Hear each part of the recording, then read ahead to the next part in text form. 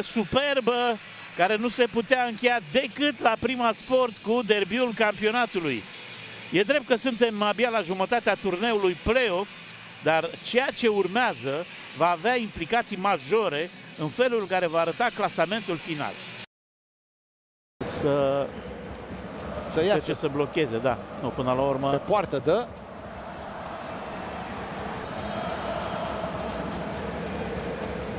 De Clujeni. De Clujeni, da. A rămas într-o poziție neobișnuită pentru el, era chiar vârf. Corenița, iată Atenție. ce spațiu are Fică, pătrunde, Fică, dribbling frumos, minge scoasă la marginea careului, scoate Târnovanu, prima ocazie de gol a partidei. Luis Munteanu, FCSB în ultimele 2 meciuri. Foarte bună pătrunderea lui Fică. Frumos șutul.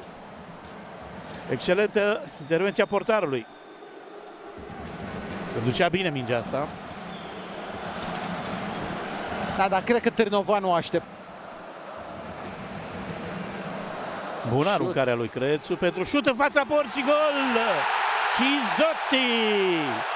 Cizotti de al 3-lea său gol pentru FCSB în acest sezon, al 2-lea campionat, profitând de o centrare excelentă și de, aș zice, apatia apărătorilor. Și de inteligența lui Crețu, care l-a găsit excelent cu aruncarea de la margine pe șut. Da.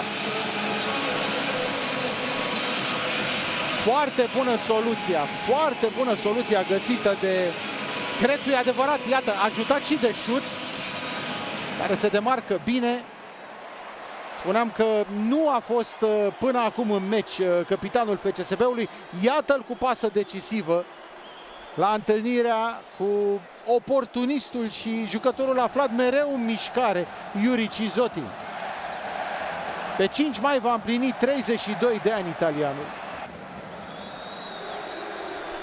Urcă Popescu, găsește bine spațiu. Popescu pentru Radunovic. Risto Radunovic încearcă să plaseze. Ce înseamnă să ai moral bun.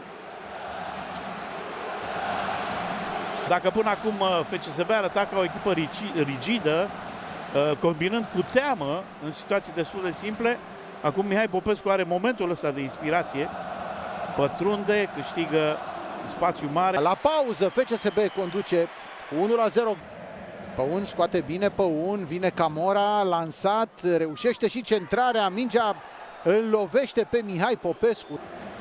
5-0 a fost scorul cornerelor în prima repriză pentru CFR Cluj. Nu se dă nimic aici. 2-0 intervenții ale portarului. Corenița pentru Encololo, Corenița din nou. Faultat. Nu, deposedat de Tănase. Ei, ce pasă dă Tănase pentru Cizotti. Cizotti intră în careu. Cizotti se oprește șutul său în Hindrich. Eroarea de la primirea golului, pentru că parcă a fost și el un pic vinovat acolo, n-a reușit să oprească centrarea lui șut, o centrare care a trecut prin față. Aici închide foarte bine șutul și este cea mai mare ocazie. Bălească, să cerșească. Fază lucrată, Chiricheș, gol!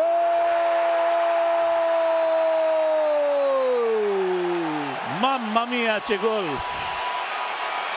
Ce lucrătură! Aproape ca cel cu Ajax. Dar toată lucrarea a fost impecabilă. Un corner au avut și ei și l-au transformat în gol. Dar schema a fost extrem de ingenioasă. Își schimbă mesaje pe e-mail cu Arsenal. Iată ce bine lasă Radunovic. O fază la care contribuie decisiv fundașii laterali, Crețu și Radunovic. Crețu vine și simulează că atacă mingea, Radunovic lasă mingea printre picioare, o și atinge puțin. Și mi-aduce aminte faza asta cu mingea lăsată de 2 jucători de meciul ăla cu Spania, Emil, din anii 80. Da. Bine, atunci 1, 2, parcă vreo 3 au lăsat. Da. 2 au lăsat pentru golul lui Mateuț. Da. Lăcătu și Pițurcă au lăsat. Și aici am văzut reacția băncii tehnice, într-adevăr. Miculescu îl are pe Octavian Popescu de marcat. Iată-l acum pe decarul FCSB-ului cu Ali Abeid în față. Întârzie, îl așteaptă pe Miculescu. Încercare de dribbling a lui Miculescu. Blocată, apare Cizotti, ca de obicei. Cizotti peste tot. Cizotti oportunist. Cizotti cu o rezolvare de jucător mare. Totul ține de alinierea planetelor. Costi, ți-am zis și la pauză.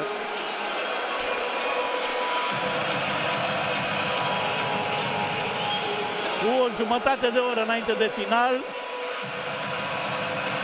FCSB se pregătește să mărească avantajul față de principala rivală. Avantajul în clasament. Da, în acest moment sunt 5 puncte între cele două formații. Greșeala lui Ali Abeid. Reacția excelentă a lui Cizotti și durerea, tristețea. Clujenii îl pregătesc pe margine pe Merlahu și tot acolo a fost trimis și Postolachi. Vor intra în joc. Hens, eliminare, 11 metri. De ce face asta? De ce face asta Popescu? Iată cum era cu planetele. Cum se învârte, da, se învârte roata.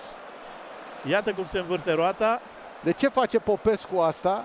Din reflex face acest lucru. Trebuie să remarcăm plonjonul. Sacrificiu. A ieșit Târnovanu. Aș spune neinspirat. Văd pe Tănase tare supărat la mijlocul terenului, aruncând cu țâfnă o sticlă cu apă. Munteanu în fața golului. Bară și e gol. E gol. E gol, Târnovanu nu are noroc. Munteanu a urmărit, 3-1. Golul cu numărul 21 pentru Luis Munteanu în campionat. Al 4-lea gol în 3 meciuri pentru atacantul CFR-ului în partidele cu FCSB.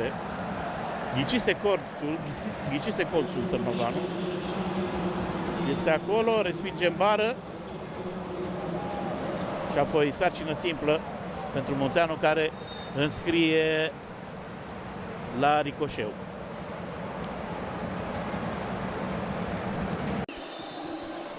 Bate bine Tănase, însă este atent. Foarte bine a scos Tănase. Oh, ce șut are, cum trebuie. Și a fost o minge tare grea pentru Târnovanu, chiar dacă ea a fost pe direcția lui. Norocul lui Târnovanu e că n-a deviat mingea nimeni. Va intra Postolachi. Spuneam, l-am văzut ieșind și căpătând. Lovitură liberă pentru clujeni. Matei Ilie.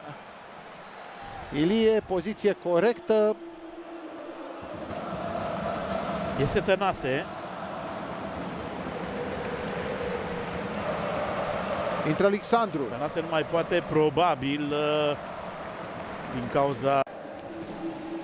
Aici are mulți jucători depășiți. Echipa bucureșteană. Taxidis desface bine jocul. Îl vede pe Abeid. Centrarea lui Abeid. Excelentul. Înghezana, e gol!